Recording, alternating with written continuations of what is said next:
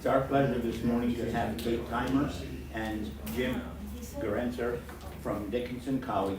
They're going to do a presentation on the Carlisle Indian School. With that, please. Thank you. Thanks for being here in person or virtually. Jim and I both work with the Carlisle Indian School Digital Resource Center at Dickinson College, and let's just get right into it.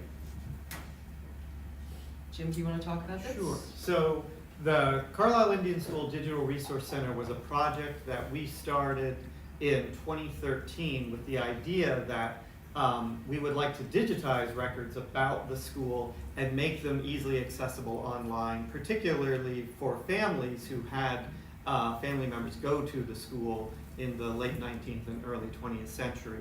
So through a grant from the Mellon Foundation, we were able to begin work partnering with the Cumberland County Historical Society to digitize records from their collections as well as from the National Archives in Washington, D.C.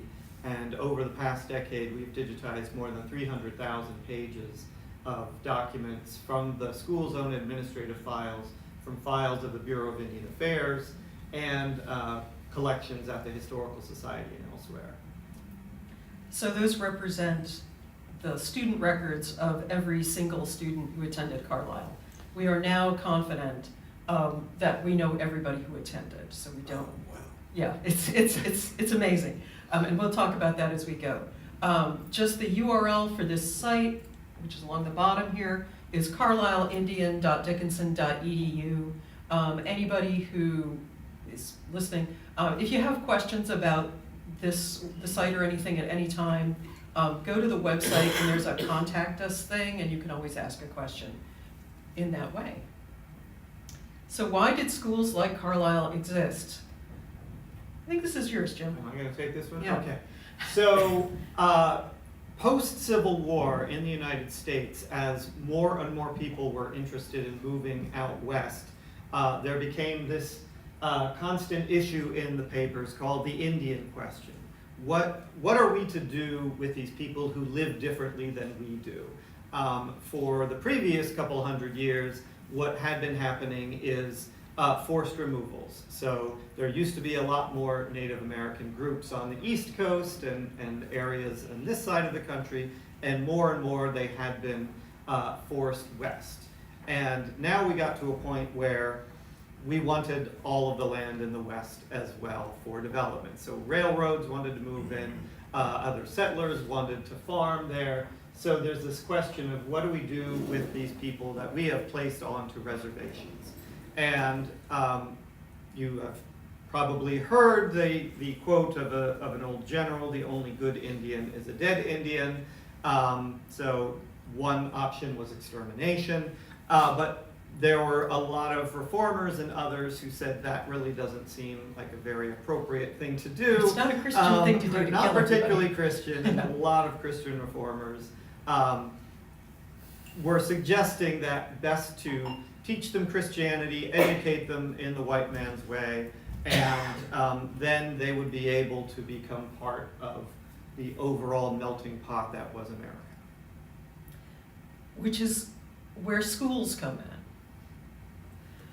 The role of schools, and this is an excellent book, we'll talk about it again, but if you're interested in the general topic of the boarding schools, also Education for Extinction kind of sums it up. Extinction as in the extinction of your Indian culture. The purpose of the schools was assimilation. And one thing that isn't always clear is that when most of us think of a school, we're like, school, it's great, it's education, you're learning this and that, and that's true. But that was not the only, when they talked school, it was really like to use a very harsh metaphor, an indoctrination camp. So it was more than just your ABCs, right?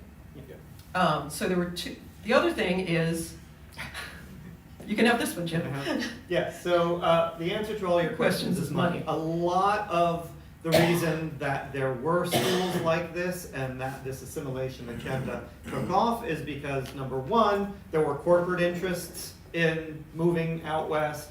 There were, the general public wanted the land in order to make money off of it. And then once the schools were in operation, they wanted to operate the schools as efficiently, meaning as cheaply as possible. So then they're also trying to save money and how much they're spending on the education that they're offering at these schools. So a lot of decision-making revolves around money. That is often the question when we're looking at why something was done and we're like, why did they do this? And we go, they didn't want to spend the money. So what was Carlisle? Carlisle was the first, it wasn't the first of any individual ones of these things, it was the first one that was everything. The first federally managed off-reservation boarding school. Not the first boarding school, not the first off-reservation boarding school. So again, people often think that Carlisle was sort of the template or the model for all the schools it came after. It really wasn't. And we understand why people think it was, but it really wasn't. The boarding schools that existed before Carlisle were very similar. Yeah, so this idea that we should take young people out of their homes and put them in a boarding school where they're learning both their ABCs and 1, 2, 3s, as well as some kind of trade. That idea of a boarding school teaching both academics and some kind of labor was well established. Both the federal government had boarding schools located on Indian reservations, and numerous missionary groups across Christian denominations had also established schools throughout the western states. So this was not a new idea, but Carlisle added the issue of being off reservation. Right. So again, we call it a system. It was a non-systematic system. It wasn't very well organized. It got so later over time, but again, there are all these different kinds of players, if you will, in the issue of Native American education in the second quarter of the last half of the 19th century. Right. So again, there were many, and as many religious organizations are trying to explore their own relation to Indian education, and are looking into the churches and things that they sponsored. So that's another thing that you or your large group may want to consider. Why was there an Indian school at Carlisle? I'll do this one. Richard Henry Pratt. Looking every inch, Richard Henry Pratt. Puffed up, very pleased with himself. As a young man, very young man, he enlisted in the Civil War, in the Union Army right away. He went through the Civil War. After the war, he went and tried to be running a hardware store. Did not work for him because he needed a bigger playing field, if you will. So he rejoined the Army, and he was active in the Plains Wars. So he was both fighting against Native Americans, but there were also Indian scouts. So he sort of had this feeling like he referred to many of them as friends. Whether they would have referred to him as a friend, I can't say. But he had a feeling that he did. So he was also given responsibility for a group of prisoners of war who went to Fort Marion and St. Augustine. And do you want to pick up that? Sure. Okay. So there were about 6 dozen prisoners of war, Kiowa, Comanche, Cheyenne, Arapaho, and they were to be imprisoned for 3 years at this fort in St. Augustine. And so Pratt thought, well, just sitting all day is not really useful. What he started to do was inviting local townspeople in to teach them English, to start to teach them Christianity. In turn, they would have the Native American prisoners of war, sometimes giving demonstrations of using bow and arrow and things of that nature. And then he also started having them do work in the town, and they would be allowed to do certain tasks and actually earn some money for the work that they were doing. And so this was kind of like his experiment, right? He had these people that he could try out his ideas about how to make these people who had been warriors and had been fighting the white man on the plains, try to teach them how to be more like himself. And he considered it successful. If you evaluate it on those terms, it was successful. We should say that this element of teaching, inculcating the concepts of money, working for money, saving your money, spend a little, don't spend too much, save a lot. So that'll come back up, but this capitalism, rather than socialism, because as you may know, many Native American communities were very communal. And this idea of you work your own money, you keep your own money, don't share your money, comes up a lot over the course of the school's history. So, so after 3 years of the imprisonment, then Pratt looks for a school in the East that might take some of these, the younger people in particular, who might want to continue their schooling along this model.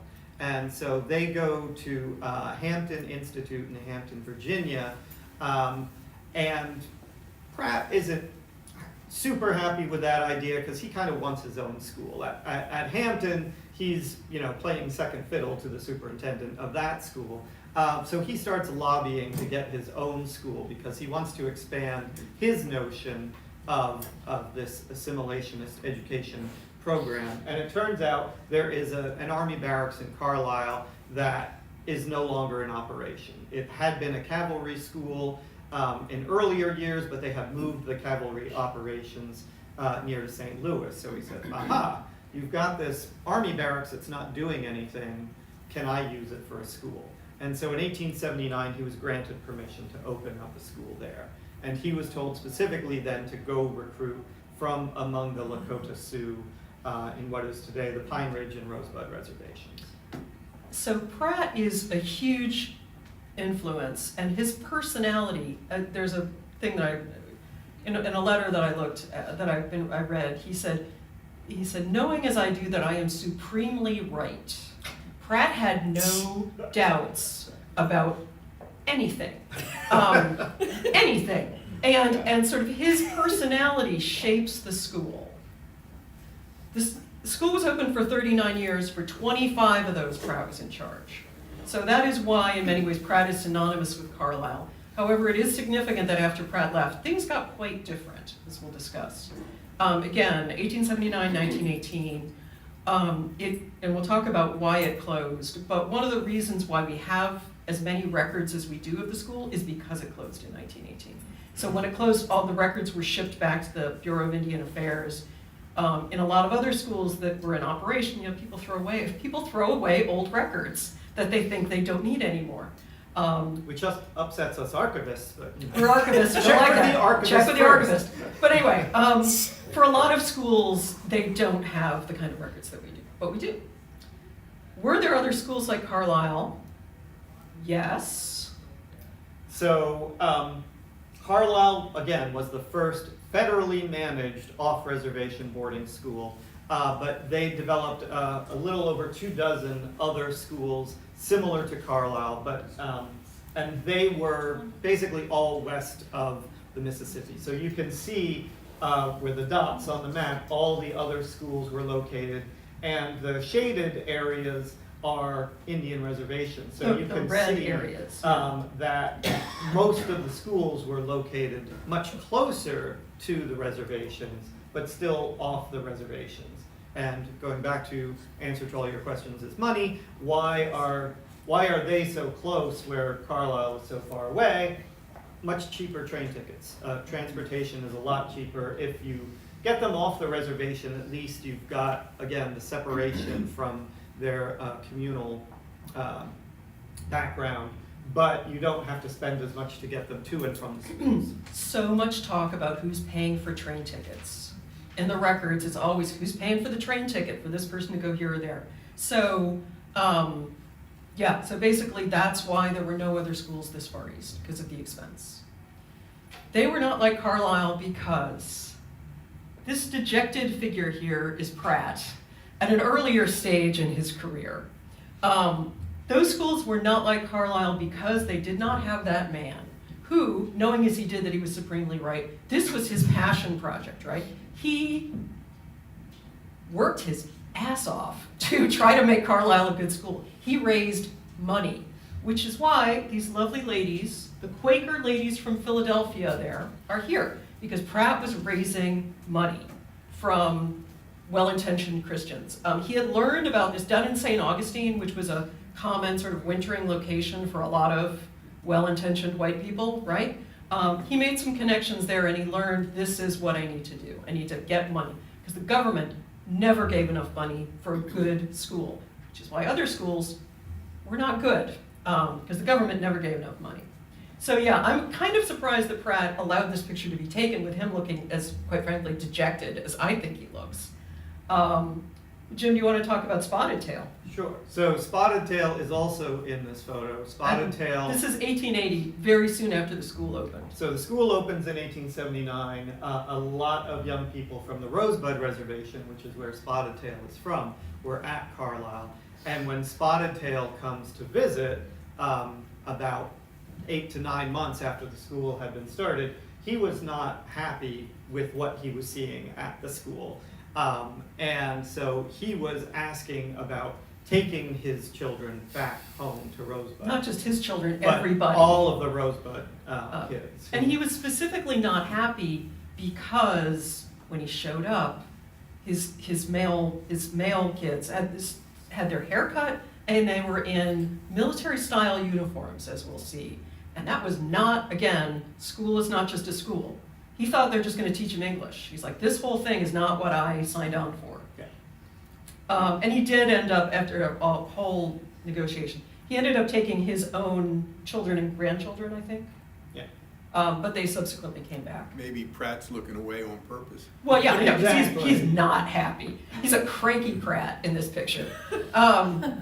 And Spotted Tail had come east not just for this visit, but also was going to Washington, D.C. to negotiate railroad rights. He was with a whole and group treaties. of other chiefs who were there. But anyway, so the point of, yes, sir? Where geographically or physically was this Indian tribe that Spotted Tail came from? Where was Spotted Tail? Southern, what is today South Dakota, southern South Dakota, right by the Nebraska border. And again, you can imagine, at this point, 1880, not just is it expensive to get there, but it takes a long time. And in the winter time, it's sometimes impossible to travel, depending on where you're going. So remember that Pratt, for all his faults, and he had a great many, worked very hard to try to make Carlisle as good as he, in his mind, wanted it to be. So who attended? So, as Kate mentioned, we've been able to, through all of this work, positively determine from the records exactly who attended Carlisle and when. And so we know that there were a little less than 7,800 individuals who were enrolled at the school over the years, and about 2/3 male, 1/3 female. It was very important for Pratt, always. He was arguing that you have to have young women. It has to be a coeducational institution because the young women are going to be the mothers raising the next generation. So it was very important to teach the young women how to be good homemakers and be able to raise the next generation as well. I should say, that was the case in all the Indian schools. Yes, they all They of the were all government-run co-ed, boarding schools. which is interesting in and of itself, but Yeah, many of the religiously run boarding schools were single gender, but the but government they run had schools. both genders, yeah. The age group, so typically when students arrive, they're in their mid-teens. They're only about 10% of the student population arrived at the school age 12 or under. Again, it was typically people in their mid-teens, some already even in their early 20s who came to Carlisle. So the age range is more like a high school age range typically. Right, at a certain point, they wouldn't take anybody under 12. However, looking at this picture, a lot of people, when they talk about Carlisle, they think that they refer to them as children or kids. It's very common, and I have to try very hard to not do that. I usually use students. But I mean, you look at these people in the front, you're like, those are kids. What are you talking about? And that's true. But what is this, 1895? So there would have been about, how many hundred people enrolled? Yeah, at its peak, there would be about 1,000 students enrolled at a time. And the younger people, again, would have been in the minority. But they're in the front row Yeah. in the pictures. And so It is, and also the school, and we'll talk about the photography, because the school had a lot of photographs. And a lot of the photographs were of the younger students, and I think that's because the photographs were basically propaganda. Look at this great job we're doing, blah, blah, blah. The younger kids were cuter. That's all I can think, is that, you know, they were featured more in the photographs because it was thought they would make a more compelling, tugging on your heartstrings, you should send us money kind of picture. The other thing is, again, it is a system, non-systematic system, but as more and more schools were being opened across the West, the idea was the younger students would be at the on-reservation boarding schools. Because again, it's a way to save money. So the off-reservation boarding schools, by and large, are again for the older students, and the younger students would be in on-reservation boarding schools or at mission-run schools. And over time, again, this becomes much more codified. I should also say, as many of you know, the school was on the site of the Carlisle Barracks in Carlisle, Pennsylvania. That building is still there. Many of the buildings are still there. You do have to get permission to go onto the grounds. It's not a big deal, but we also do give tours. And I would say maybe 2/3 of the buildings. Yeah, there's quite a few still. Quite a few still Standing. there. You really, when we give tours, you can actually get a sense of what it was like, which is remarkable.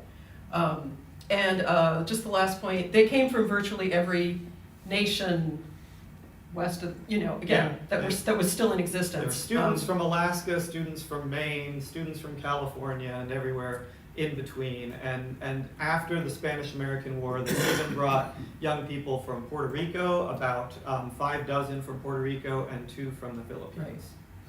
Which is its own story. How did students end up at the school? This one's yours, I think. So in the earliest days, you would have had Pratt or someone else like him going to the reservation and talking to the chiefs and elders and other important people in that community to try to convince them that it's a good idea to send your children to Carlisle. So it's a bit of a negotiation. Now, how fair is the negotiation when the army is literally at the gates? That's an open question as well. So it's not like it's completely a free choice.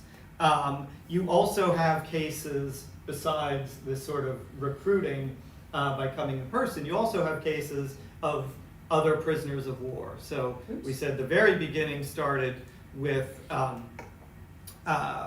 students who had been imprisoned at Fort Marion from Kiowa, Comanche, Cheyenne, and Arapaho. There was a large group of Chiricahua Apache with Geronimo's band who had been resisting being forced onto reservations. And in 1886, they were finally captured. And they were also sent to Fort Marion and St. Augustine. And a little over 100 of them were then sent to Carlisle as well. There was a later group of Hopi prisoners of war, about 11 of them that were brought to Carlisle in 1907.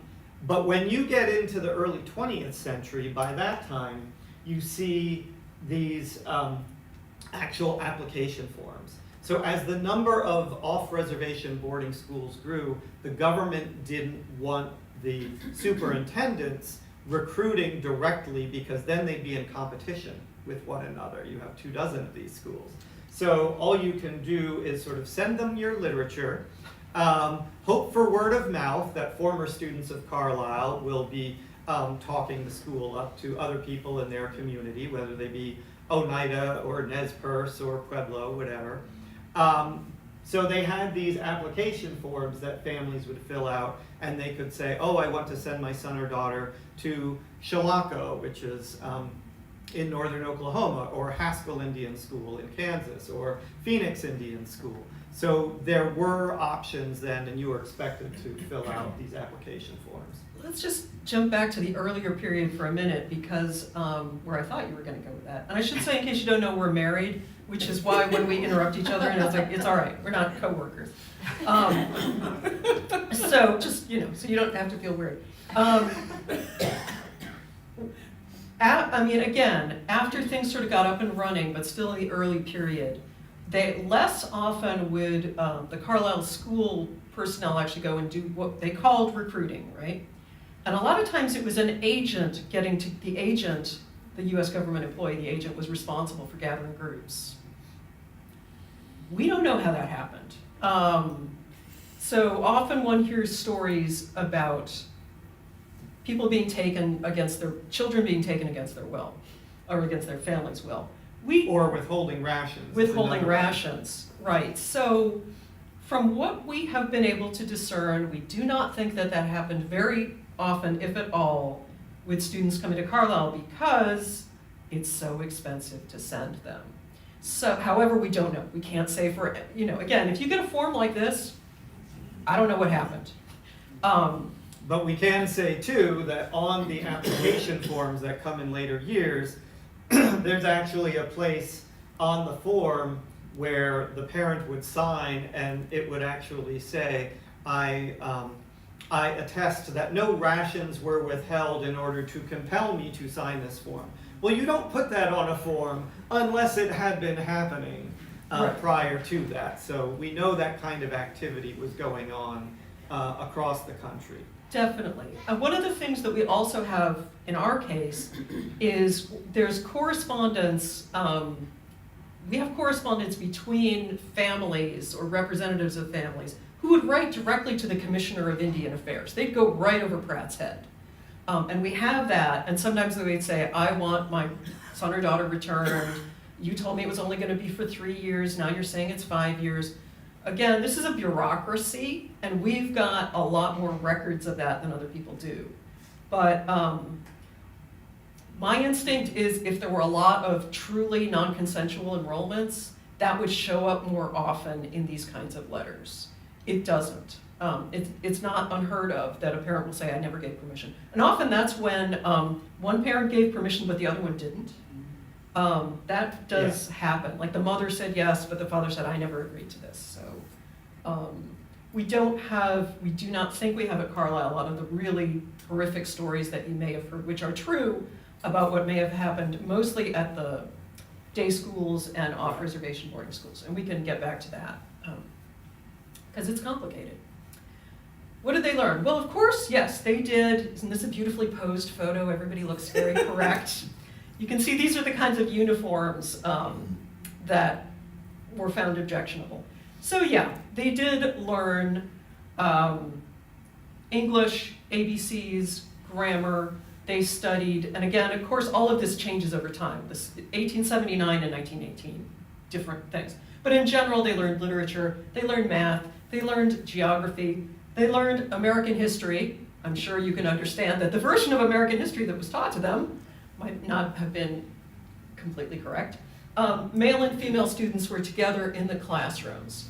Again, remembering the period that we're talking about, sort of Victorian, the genders were segregated, certainly in their housing, but there were areas in which they were together. They learned, so by 1901, and I love this one too, students who were more academically or inclined or gifted could continue further. A lot of people just stopped. You know, they as with today, not everybody wants to take physics, but the school had a capacity for encouraging people who seem to be on that kind of track. You can talk about the graduates. So the first time they held a commencement ceremony was in 1889. So the school had been open 10 years. When they first opened the school, they didn't really even know what does the final academic achievement look like. Like what should someone be able to do in order to earn a diploma? But over time, they sort of came to an agreement on what it would mean to be a graduate. And over the history of the school, then there were 779 students who received a diploma. So that's just about 10% of the student body overall. And a lot of people would always think, oh, that, you know, seems like a failure, you know, only 10% of them receiving diplomas. And so about a year ago I was curious about that statistics, and I actually looked up what most people in the country were doing, and it turns out only about 10% of the general population even attended school past the 8th grade. So the numbers are comparable. For most young white kids in this country, you got past the 8th grade and you entered the workforce. So people at the age of 14, 15, they go get jobs and they're helping to support the family. Working Most on of the them are farm. working on farms. So it put an interesting spin on things to me because that's just about the age that students are typically coming to Carlisle. So I began to see that in a way, the young Native Americans are being kept out of the workforce at the age in which young white kids are entering the workforce. So that puts a whole other spin on things as well. It certainly does. I should also point out that Richard Henry Pratt himself left school at about that same age because he had to go and support his own family. He worked as a tinner in a tinsmith. So yeah, so we can talk about the graduates, and again, you know, there are more graduates over time. The graduating classes get bigger over time. So the second half of the day is academic, the other half is industrial, probably what we would call vocational training. Female students, as you would expect for the time period, learning to be good wives and mothers and homemakers, laundry, cooking, sewing, all that. Female students were also able to learn to become teachers, which many of them did, and nurses, which were some of the only careers open to women at the time. They also, some of them went into clerical work, so working for the bureau itself, being office people, right? But most of them were in this kind of domestic track. Male students, this is 1880, this is a tin shop, and that is our buddy Richard Henry Pratt right back there in the pilgrim hat, remembering that he had himself worked as a tinner. So here he is overseeing the tin shop in this posed photograph. So those farming, blacksmithing, carpentry, wagon making, harness making, that's the kind of stuff we're talking about. Again, over time, they get to have more sort of business training, mechanical drawing, people learning to operate telegraph operators. So there's more of that kind of business track, again, in the early 20th century. Shoemaking and repairing, but as we've discussed, so you have your classroom, but then everything is also about how to be a white person. Not just any kind of a good white person. So this is the gymnasium, which is actually also still in existence. And so I like this one because a lot of what they were being taught was, you know, stand up straight, do things in unison, there's a lot of marching.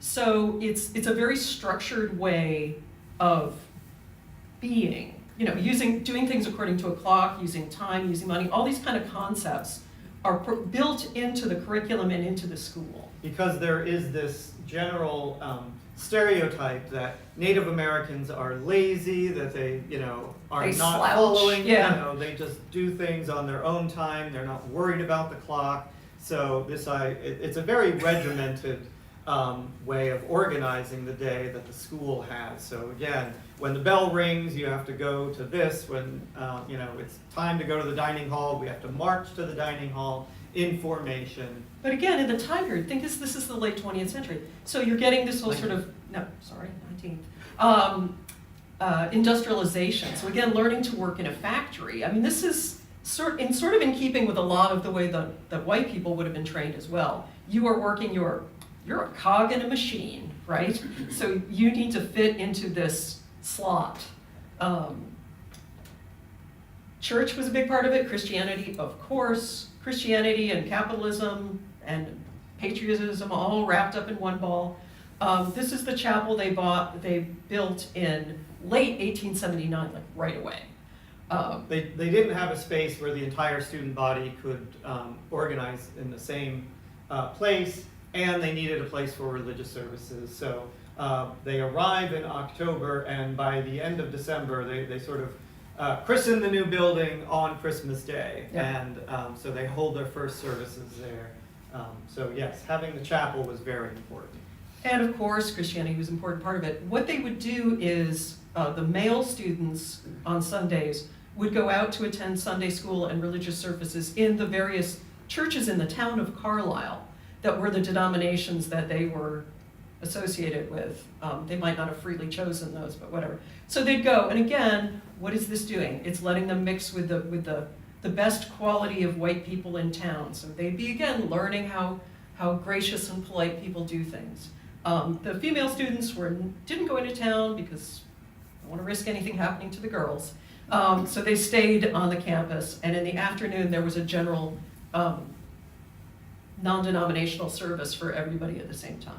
And then when we get into the 20th century, then we see there have been more arrangements made with the local churches. So, Monday night might be the Presbyterian minister or other members of the church coming in to do catechism, and Tuesday might be a Catholic nun coming in, and Right. Wednesday might be the Episcopalian coming in. But special arrangements had to be made for the Catholic students, and Pratt didn't really care for Catholic people, but he knew he had to do it. That anti-Catholic bias was very common. So again, there were a lot of extracurriculars because Pratt was bringing in money and donors. And donors, as with today, always want to donate for the fun stuff. This is the YMCA building. YMCA was a very, very popular, big part of it. There were literary clubs. This is named after Susan Longstreth, was one of those Quaker ladies who gave money. Jim, you can talk about your favorite part. Yeah, so you notice on the back wall, labor conquers all things. So again, this idea of the Protestant work ethic is coming through again and again. And so this idea that you work to earn money, and that's a good thing to do, and it's all about that strong work ethic. Yeah, and literary societies of these kind were very popular in this period as in white people. They were sort of mimicking a lot of the things that were common in white society. Again, that's what they're trying to do, right? Train them to be like good middle class white people. There was a lot of emphasis on speaking and talking, loudly, don't swallow your words. And debate as Debate. well. The literary societies basically hosted weekly debates. And those are all talked about in the school newspapers. In the school newspapers, which, I don't think we have a slide about that, but the school had its own newspaper for basically the entirety. The first issue came out in January of 1880, basically like right after the church. Because someone donated a printing press. Somebody donated a printing press. That's why they had it. And it went continuously until 1918. The information in the student newspapers? Well, it's not unmediated, right? I mean, you're not going to see anything in a newspaper that is real critical of the super school. critical of Yeah. the school. However, they do really give you an insight into daily life and what was happening. You can sort of try to read between the lines sometimes, and you can see that if people are being told not to do something, it's probably because they were doing it. So you can get an idea of that, and of course you can see all of the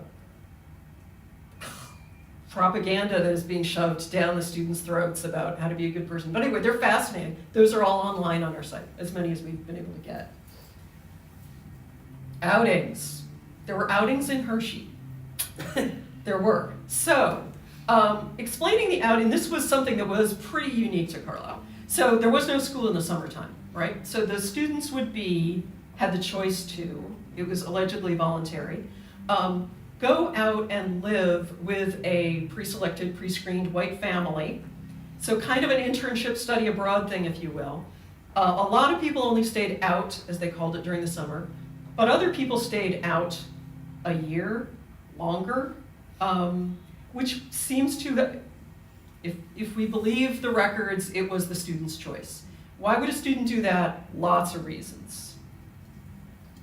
So, the outing program is really to take things to the next level, right? Because the school is an artificial environment, but if you really want to see how white people live, you have to live with white people. So you're in the home with them, you dine with them at their table, you work side by side with them in the household, you go to church services with them. If you're out during the school year, you go to that public school with the other kids in that family. And that is required, that they have to go to public school. It's an immersion program, Right. right? When you're on outing. The young men overwhelmingly are working in farms, Yeah. and the young women are typically working as domestic help in the households. So they're, again, learning further how to keep house.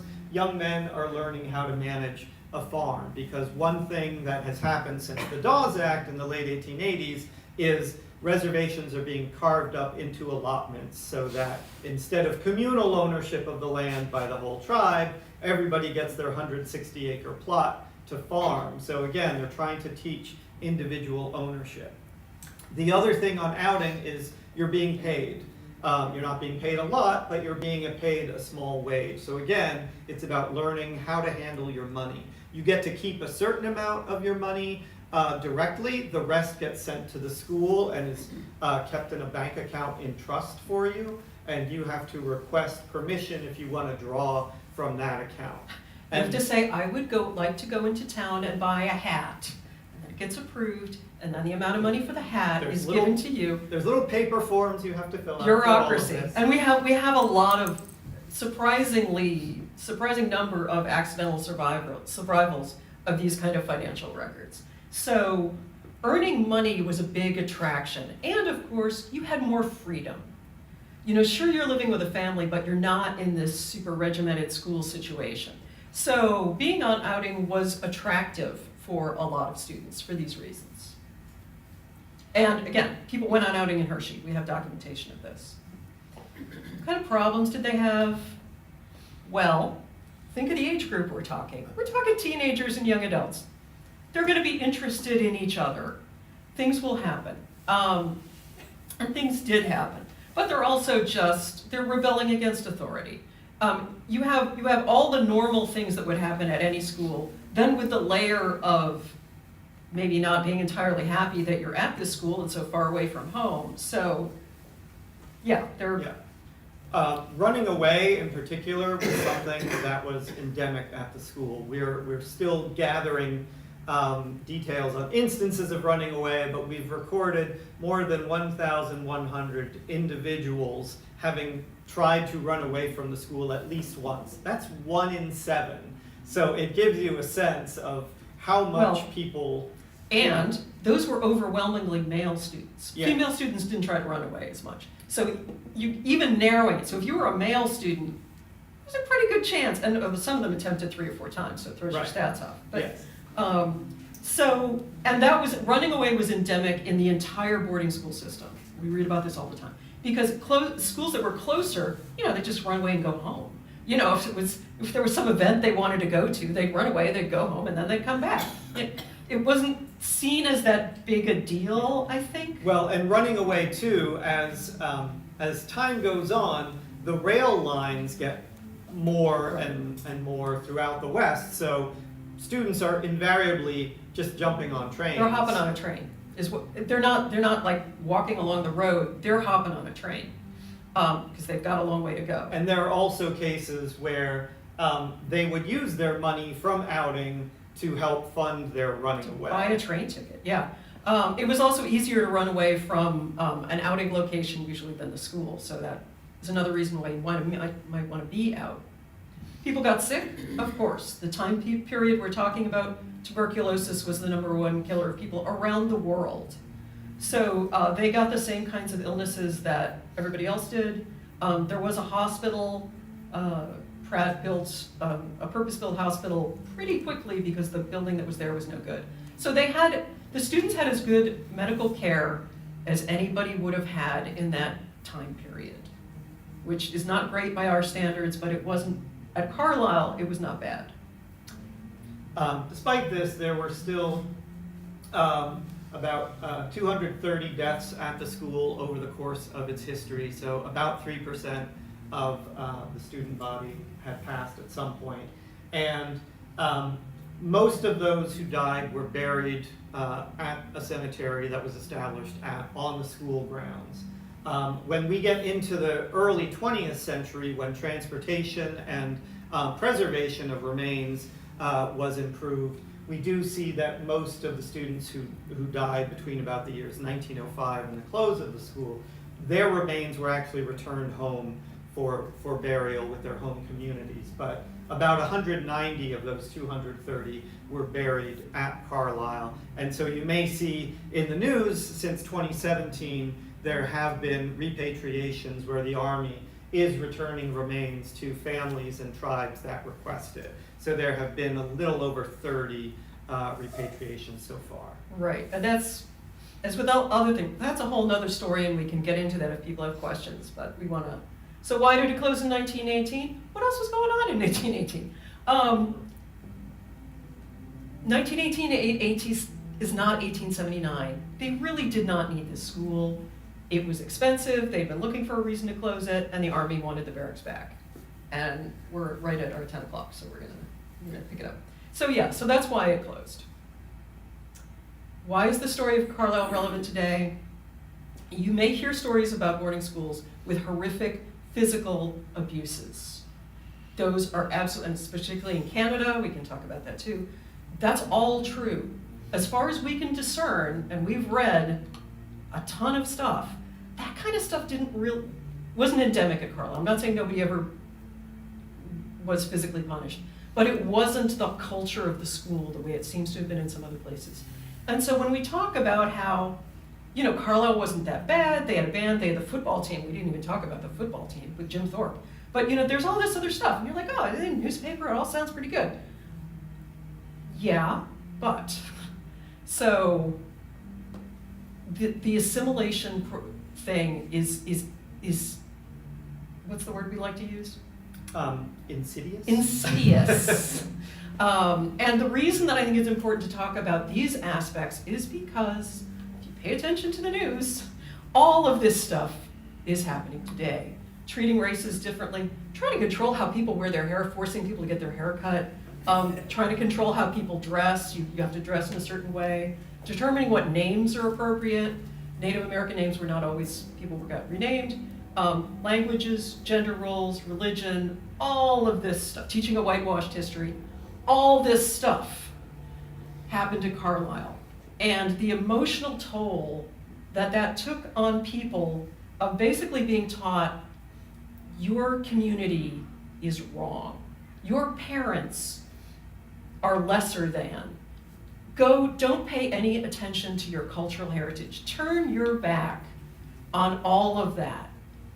You know, we can say, yeah, they weren't beaten, but a lot of other kinds of damage was being done. And as we've heard from some descendants who've sort of had a light bulb moment, they also weren't brought up in families.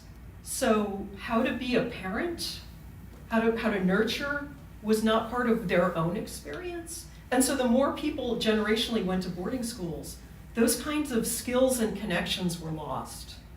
And we had somebody who just stood there and was like, it was like, that's why her family was a little dysfunctional maybe. So yeah, it's big. And so physical abuses may not have happened, and this happened, of course, not just at Carlisle, but this is, in many ways, the legacy of Carlisle, is this imposition, which, and again, many people who went to Carlisle loved it. They thought they got a great education. They thought they really benefited from it.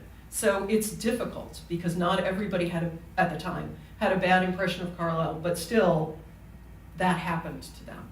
Well, and it's always worth pointing out too, that despite the best efforts of this boarding school system for, you know, over 100 years trying to get at this idea that you shouldn't celebrate your culture, they did anyway. You know, once they go back home to the reservation, a lot of students who went through Carlisle and other boarding schools became advocates for their cultures instead.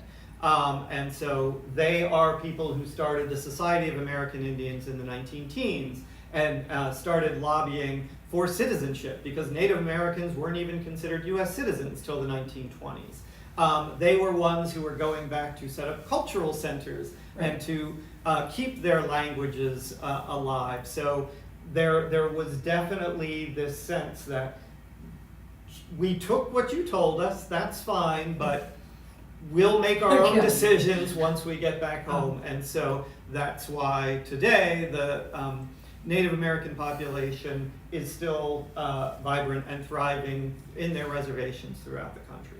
So it is very much, everything is complicated. There was no one experience of anybody at Carlisle because of how long it was open, the situations people were coming from. It's a very complicated situation. But if you want to learn more about it, Education for Extinction, great, covers the whole boarding school system. I wrote this book, it is fantastic. You can get this on Amazon.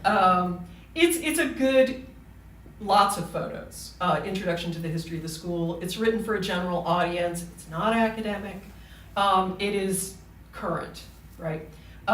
So I encourage you to listen to that. If anybody in the room or listening is a podcast listener, I have a podcast, we have a podcast. Hasn't been updated in a while, but it's fantastic. The Carlisle Indian School Research Podcast, and we're gonna try to get back into that. Also, I should say, there will be an exhibit next spring at the Cumberland County Historical Society in Carlisle. I'm curating, and it's gonna be looking at the everyday lives of students, really trying to dig into a lot of this detail that we found out to try to add all those faces that you see. What would life have really been like for them? And again, we encourage you to go to carlisleiindian.dickinson.edu if you want to poke around. Their student newspapers are all there, they're fascinating. And there's a contact us page if you are not able to ask a question or something comes up later. So thank you. Let's go to questions. So question, is it fair to say that in retrospect, the school backfired? That you taught people a way to live that was alien to their life, but they took that and went home and turned their society around against the, quote, invaders? Repeat the question. Yeah. So the question is, if the plan of the schools basically backfired because of students of the boarding schools being able to use the knowledge that they learned to then fight for themselves. And I think that's a fair assumption. I mean, Pratt would be very upset that we still even have Native American reservations. His idea was eventually you wouldn't need these segregated peoples living their own lives in their own way, celebrating their own cultures. To his mind, that shouldn't be necessary. They should all become part of the melting pot, right, that he envisioned. Well, the melting pot means everybody becomes the same, right? That's how the melting pot works.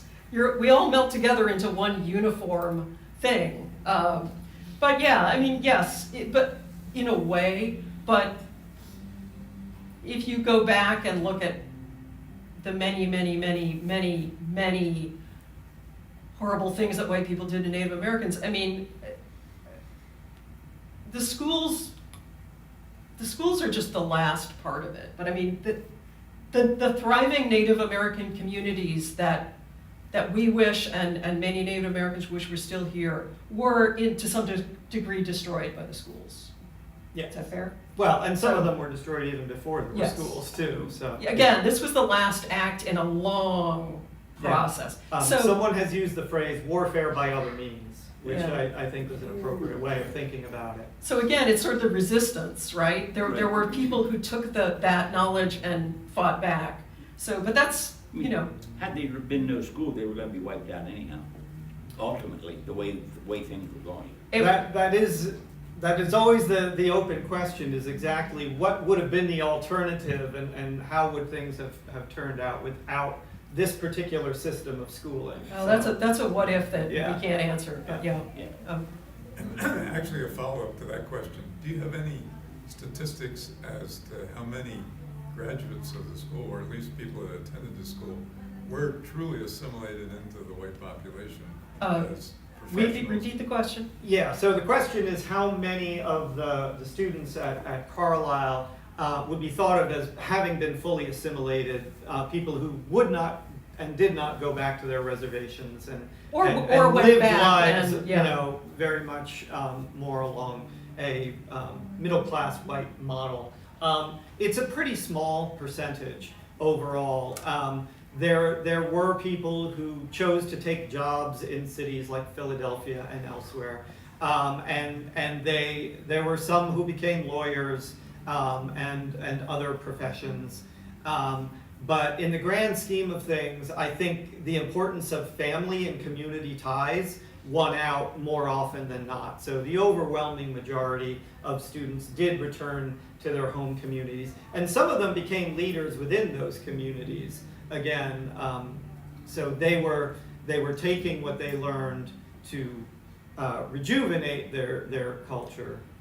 We can also say that no, we don't have statistics. What we're talking about is a sense, because there are surveys and things that are in the records.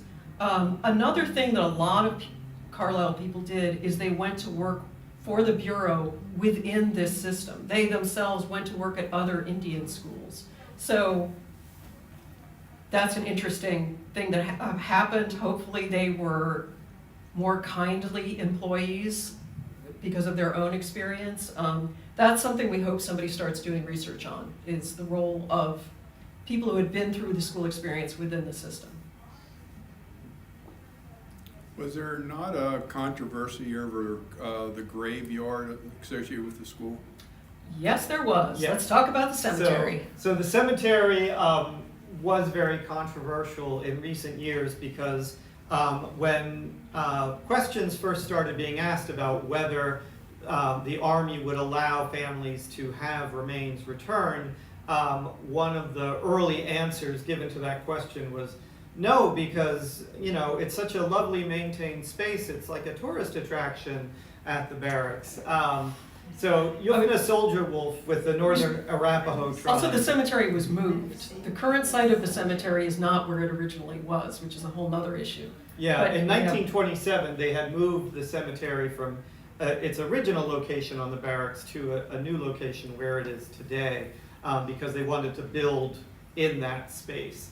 So, so everyone who had been buried there has been moved at least once, which is something else that some cultures prefer not to disturb human remains. So they already know that they had been disturbed once. So eventually, Yofna Soldier Wolf would not be denied, and she kept hammering at the door, and eventually the Army said, okay. And now they have a process in place for families and tribes to make their requests for the return of remains. Which is not without controversy, because the Army has a process, and that process is not necessarily an easy one.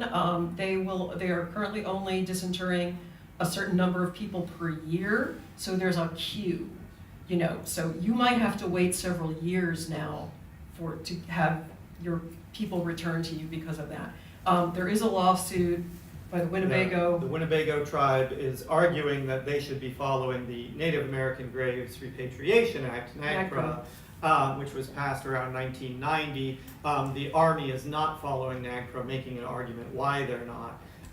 So it'll be interesting to see if this ever gets to the courts, but that is another ongoing question. It's an ongoing question. So are they doing them in September now? Yes.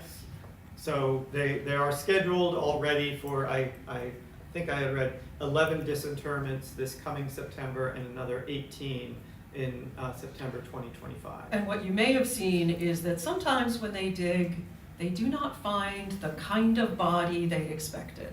So it's not the right person Right. So in the grave. whether the mistake was made in 1927 when they relocated the cemetery, or there were multiple times when headstones were changed to keep them all up to date in the latest Army style. So we know on occasion that they've put headstones in the wrong places. So there have been 2 cases in recent years where they were not able to return remains to the family because instead of young male students, they found female students in the graves. And everybody always asks about DNA. That is not being done because it is more invasive and would not be. Many Native American communities, some Native American communities don't want their people dug up at all. These are the people who say disturbing them is sacrilege. So there are people who are identified as unknown in the cemetery, and some people say, why don't you just dig up all the unknowns and do DNA, and that's fine. It's like, can't do that, because some of those people are from communities where we don't dig our people up. So DNA is a wonderful thing, but it is not going to be able to be used in this case. we on time? Oh, look at that. Are there any further questions? We welcome, thank you all. We welcome you to use the site if you have further questions or if you need more resources or anything. If this becomes your passion project too, we welcome, we welcome you. There is, if you go to the Cumberland County Historical Society's shop, History on High in Carlisle, you can buy my book in person. You can also buy a walking tour booklet that I did that shows you all the buildings. You don't even have to really walk, you can just buy the book. It shows you all the buildings that as they were when the school was in operation, which ones are still there, et cetera. So thank you very much. I think we're about to be cut off.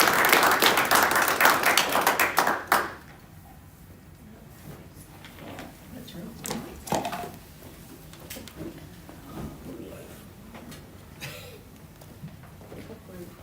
Tiara.